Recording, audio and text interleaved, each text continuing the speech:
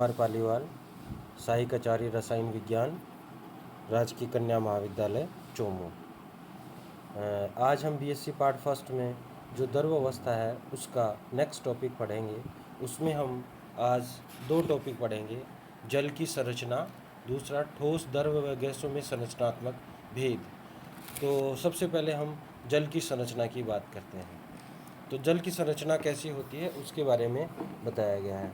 तो मॉर्गन और वॉरेन जो हैं उन्होंने सबसे पहले 1938 में जल की संरचना का अध्ययन जो है वो एक्स किरणों की विवर्तन के द्वारा किया गया, एक्स-रे डिफ्रैक्शन के द्वारा किया गया। उनके अनुसार क्या था कि जल के अणुओं के मध्य वैद्युत आकर्षण बल पाए जाते हैं जो कि द्विध्रुव आकर्षण बल के कारण उत्पन्न होते हैं। मैंने आपको पहले बताया है कि कई प्रकार के वैद्युत आकर्षण बल पाए जाते हैं अणुओं के मध्य। 5 प्रकार के मैंने आपको बताए थे, जिसमें से जो ये जल में पाया जाता है वो द्विध्रुव आकर्षण पाया जाता है। और इसे जो है वो कीजम ने बताया था, और मैंने आपको बताया था कि ई के इज इक्वल टू होता है -2 म्यू की पावर 4/3r6kT, जहाँ पर के बोल्ट्जमान स्थिरांक था, टी ताप था, और ई के जो है वो कीजम ऊर्जा या दिशात्मक ऊर्जा थी, वो मैंने आपको बताया था। तो एक्स-किरणें विवर्तन द्वारा जल में ऑक्सीजन परमाणु का पता लगाया। किसने? मॉर्गन और वॉरेन ने। और उसके आधार पर ये पाया कि प्रत्येक जल के अणुओं के चारों ओर अन्य जल के अणु जो होते हैं वो टेट्राहेड्रली अरेंज होते हैं, चतुष्फलकीय रूप से व्यवस्थित रहते हैं।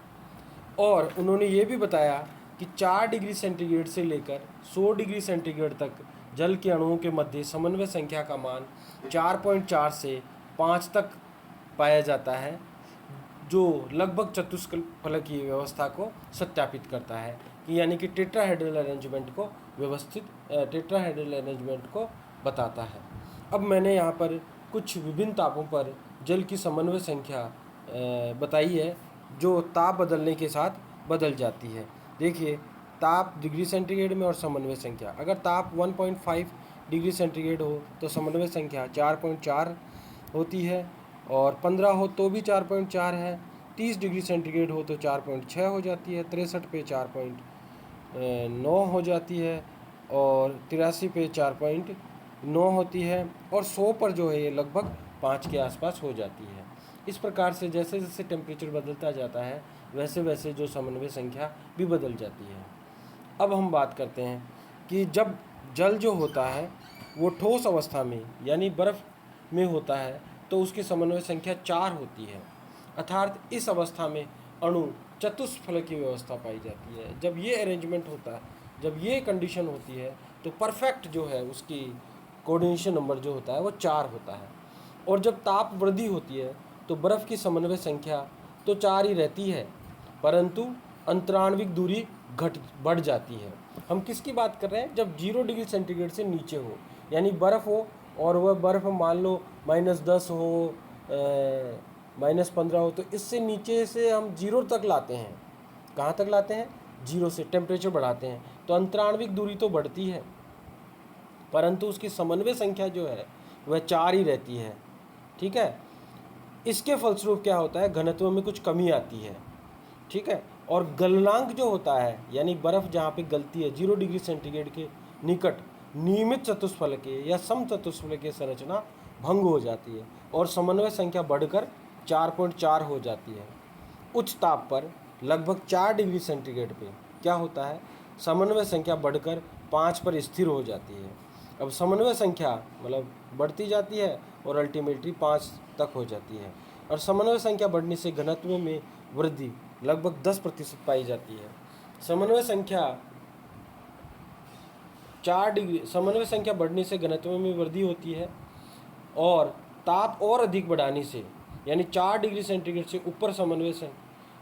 ऊपर बढ़ाने पर समन्वय संख्या तो वही रहती है, पर अंतराण्विक दूरी में वृद्धि होने लगती है, जिससे घनत्व में कमी आती है।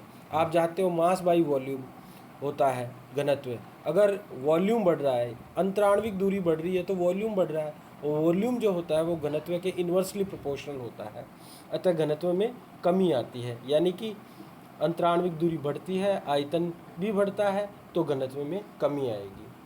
अब देखिए, उपरोक्त विवेचन से स्पष्ट है कि जल की कोई स्थिर स्टैटिक संरचना नहीं होती, बल्कि ये प्रतिक्षण बदलती रहती है।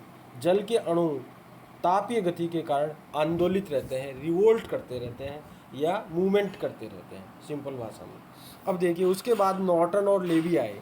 नॉर्टन और लेवी ने क्या कहा, 1971 में न्यूटन विवर्तन और इलेक्ट्रॉन विवर्तन तकनीकी के द्वारा बताया कि जल के अणुओं के बीच कोणीय संबंध, एंगुलर कोरिलेशन पाए जाते हैं, जो कि अणुओं में उपस्थित हाइड्रोजन बंधु की प्रकृति के अनुरूप होते हैं।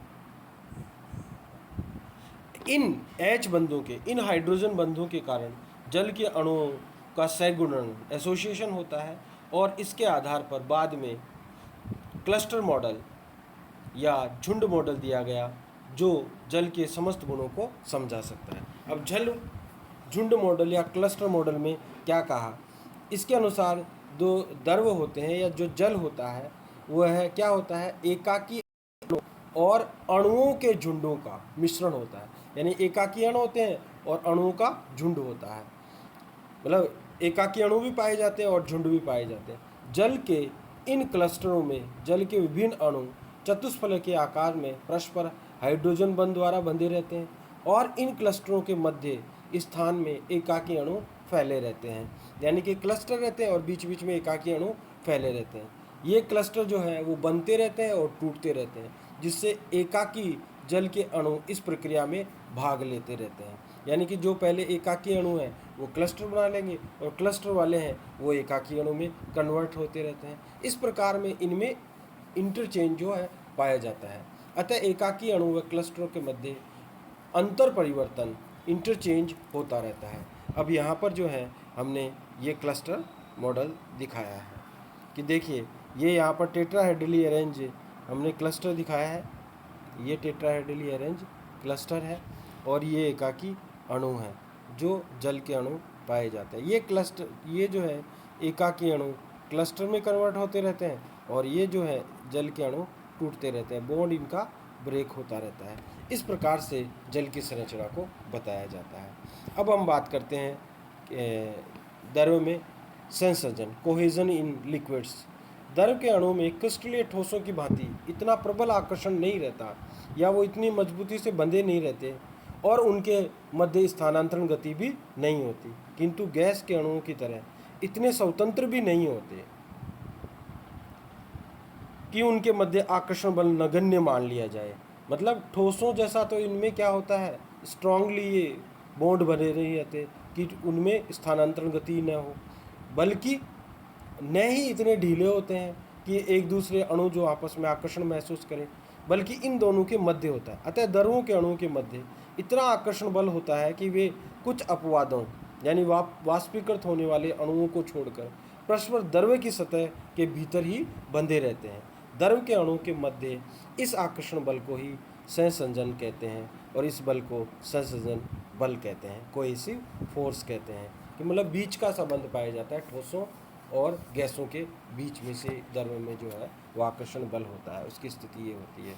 अब हम बात करते हैं ठोस, द्रव व गैसों में संरचनात्मक भेद, structural difference between solid, liquid and gases. ये जो है बहुत बार पूछा जाता है एग्ज़ाम में, और मैं तो ये कहूँगा कि ज़्यादातर ये जो है क्वेश्चन पूछा जाता है, दो जो है लिक्विड क्रिस्टल और इसके बारे में आवश्यक रूप से पूछा जाता है, और आप इनको जानते हो। मैंने इनको जो है वो 7 भागों में अलग अलग बांटा है। वैसे भी आप अगर थोड़ा सा दिमाग लगाएंगे तो ये 7 अगर आपको याद रहते हैं तो आगे का जो है वर्णन जो है वो आराम से लिख देंगे। अगर आपको इन 7 गुणों का अगर अर्थ पता है तो, जैसे आयतन व आकृति, कणों की पैकिंग, विसरण, शांता, ऊष्मा का प्रभाव, पृष्ठ तनाव, विषमदैशिकता, अगर इन 7 का आपको अर्थ पता है। आयतन व आकृति का मतलब पता ही है, लंबाई गुणा चौड़ाई गुणा ऊंचाई, ये आयतन होता है, ठीक है। आकृति मतलब उसका पर्टिकुलर कोई शेप होना चाहिए। आकार व आयतन जो है वो किस में पाया जाना चाहिए, आपको इसका पता होना चाहिए। कणों की पैकिंग, पैकिंग का मतलब किस प्रकार से आपस में वे जुड़े हुए हैं, तो किस में जुड़े हुए होते हैं, किस में नहीं होते हैं, और इन दोनों के मध्य क्या होता है, इसको भी बता सकते हो। फिर तीसरा जो है वो है विसरण। विसरण का मतलब होता है एक स्थान से दूसरे स्थान पर जाना, विसरण कहलाता है। अब देखिए एक स्थान से दूसरे स्थान पर किस प्रकार के अणु जा सकते हैं। शांता, द्रवों के बहने पर जो विरोध होता है या द्रवों के बहने पर जो विरोध में बल लगता है उसे शांता कहते हैं। ठीक है। ऊष्मा का प्रभाव, यदि टेम्परेचर बढ़ता है तो क्या होता है, ठीक है, वो उसे ऊष्मा का प्रभाव कहते हैं। फिर आता है पृष्ठ तनाव। पृष्ठ तनाव किसे कहते हैं? द्रव की सतह पर लगने वाला जो दाब होता है या जो तनाव होता है उसे पृष्ठ तनाव कहते हैं, सतह पर जो लगता है। विषम दैशिकता और समदैशिकता। समदैशिकता का मतलब ये है कि भौतिक गुण अगर भौतिक गुण सभी दिशाओं में एक्स एक्सेस वाई एक्सेस में अगर समान है तो वो समदैशिकता होती है। और विषम दैशिकता, अगर सभी दिशाओं में ये गुण जो होते हैं वो समान नहीं होते हैं। कौन से? भौतिक गुण, जैसे है ताप, दाब, आयतन, ताप, दाब, और ये रेफ्रैक्टिव इंडेक्स वगैरह है, अपवर्तनांक है, ये जो है गुण होते हैं भौतिक गुण, जो अगर नहीं होते हैं तो वह विषम दैशिकता पाई जाती है। अब एक एक की बात करते हैं। आयतन व आकृति। ठोसों में आयतन व आकृति निश्चित होती है। क्यों क्यों होती है आयतन व आकृति निश्चित ठोसों की? क्योंकि इनके अवयवी कण अत्यंत प्रबल आकर्षण बल द्वारा परस्पर बंधे रहते हैं, इनके जो होते हैं, इसलिए आकार व आयतन स्थिर रहते हैं। द्रव में क्या होता है, और मैं पहले गैस की बात करता हूँ। गैस में क्या होता है कि इनमें न तो आकार इनका स्थिर होता है और न ही आयतन स्थिर होता है, क्योंकि इनके अवयवी कणों के मध्य अत्यंत दुर्बल आकर्षण बल होता है, अणु एक दूसरे को खींचते ही नहीं है। अब द्रव जो होता है वो इन दोनों के मध्य होता है। मैं पहले ठोस और उसके बाद गैस की बात करूँगा, फिर द्रव की बात करूँगा। अब देखिए द्रव में क्या होता है, इनके अवयवी कणों के मध्य आकर्षण ठोसों की तुलना में कम होता है, अतः इनका आयतन तो स्थिर रहता है लेकिन आकृति स्थिर नहीं रहती। वर्ण उस पात्र के अनुरूप होती है जिसमें ये रखा जाता है। फिर आता है कणों की पैकिंग। कणों की पैकिंग क्या होती है ठोसों में? क्योंकि ठोसों में बहुत अधिक जो होती है आकर्षण बल होता है, इसलिए इनमें जो संपीड़िता होती है, यानी कि उनको दबाने की, वो तो एकदम उनके मध्य तो कोई स्थान, अणुओं के मध्य स्थान ही नहीं होता, इसलिए उनको दबाया नहीं जा सकता, इसलिए इनमें संपीड़िता जो होती है शून्य होती है। निकटतम पैकिंग होने के कारण से या कणों के मध्य कोई स्थान नहीं रहने के कारण से जो होते हैं ठोस होते हैं, उनमें संपीड़िता जो होती है वो शून्य होती है या नगण्य होती है। जबकि गैसों में जो होती है संपीड़िता बहुत अधिक होती है, क्योंकि अणुओं के मध्य स्थान बहुत अधिक होता है। अवयवी कणों के मध्य स्थान अत्यधिक होने के कारण से संपीड़िता का गुण जो होता है वो बहुत अधिक होता है गैसों में। उदाहरण टायर ट्यूबों में हवा का भरना। टायर ट्यूब में हवा इसलिए भरी जा सकती है क्योंकि उसमें उनको दबाया जा सकता है, अणु दूर दूर रहते हैं वो पास पास आते जाएंगे। द्रव होता है वो इनके मध्य होता है, अवयवी कणों के मध्य कुछ रिक्त स्थान होता है, अतः इन्हें कुछ संपीड़ित किया जा सकता है, पर गैसों जितना संपीड़ित नहीं किया जा सकता। फिर तीसरा आता है विसरण।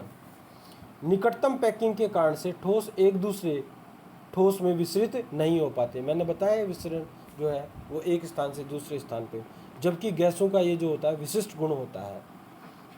जैसे अगरबत्ती की सुगंध आप एक कोने में रखोगे तो वह दूसरे कोने में इसीलिए चली जाएगी क्योंकि गैस के अणु जो होते हैं वो विसरित होते हैं, बहुत विसरित, उनकी तेज़ी से वो विसरित एक स्थान से दूसरे स्थान पर जा सकते हैं। द्रवों में क्या होता है, ढीली पैकिंग के कारण से एक द्रव दूसरे द्रव में विसरित हो जाता है, ठीक है, पर इतनी तेज़ी से नहीं होता जितना गैसों में होता है। फिर आता है शांता, बहने का गुण। अब ठोस तो बहते नहीं है इसलिए शांता उनमें नगण्य होती है, ठीक है, और गैस होता है उसमें बहुत ज़्यादा होता है। इन दोनों के मध्य जो होता है वो द्रव में होता है। तो शांता का गुण जो होता है वह बिल्कुल नहीं रहता। उदाहरण के लिए टेबल पर रखी किताब वहीं रखी रहेगी, वो बह नहीं पाएगी क्योंकि दोनों ठोस है। जबकि गैसों में बहने का गुण जो है वो सब तरफ समान होता है बहने का। द्रवों में ऊपर से नीचे बहने का गुण होता है, जैसे पहाड़ों से नदियों का नीचे की ओर बहना। अब ऊष्मा का प्रभाव। ठोस ऊष्मा पाकर सामान्यतः द्रव बन जाते हैं, द्रव ऊष्मा पाकर गैस या वाष्प बन जाते हैं, और गैस ऊष्मा पाकर गर्म हो जाती है। ये ऊष्मा का प्रभाव होता है। फिर होता है पृष्ठ तनाव। ठोसों में कोई प्रस्थ तनाव नहीं होता, द्रव में सतह पर प्रस्थ तनाव होता है और गैस के पात्र में सब तरफ गैस का दाब समान होता है। अब मैंने जैसे आपको विषमदैशिकता बताया, समदैशिकता, ये क्वेश्चन आता भी है सॉलिड स्टेट में, इसके बारे में विस्तार से पढ़ेंगे। तो ठोस जो होते हैं वो घनीय क्रिस्टल अपवाद को छोड़कर, क्योंकि उसमें परफेक्ट अरेंजमेंट होता है, समस्त क्रिस्टलीय ठोस, क्रिस्टलाइन ठोस जो है विषमदैशिकता दर्शाते हैं, क्योंकि कणों की निश्चित के कारण इनके अपवर्तनांक आदि गुण क्रिस्टल के अलग अलग दिशाओं में अलग अलग होते हैं। जबकि गैसों में क्या होता है, इनके कणों में पैकिंग भी निश्चित नहीं होती, अतः ये सभी समदैशिक होते हैं। द्रवों में भी समदैशिकता पाई जाती है, इनके कणों में पैकिंग निश्चित नहीं होती, अतः ये समदैशिक होते हैं और किसी भी दिशा में अपवर्तनांक आदि गुण समान प्राप्त होते हैं। इस प्रकार से हम द्रव और ठोसों में संरचनात्मक भेद कर सकते हैं। अब हम जो है नेक्स्ट क्लास में अपन द्रव क्रिस्टल पढ़ेंगे, और द्रव क्रिस्टल भी बहुत इम्पोर्टेंट है। ये दोनों जो हैं, आज जो हमने द्रव जल की संरचना पढ़ा, structural difference between solid and liquid gases ये पढ़ा, लिक्विड क्रिस्टल पढ़ा, लिक्विड क्रिस्टल अपन कल पढ़ेंगे। वो बहुत ज़रूर पूछा जाता है एग्ज़ाम में, या यूँ कहिए इस चैप्टर में यही मुख्य रूप से पूछा जाता है। धन्यवाद।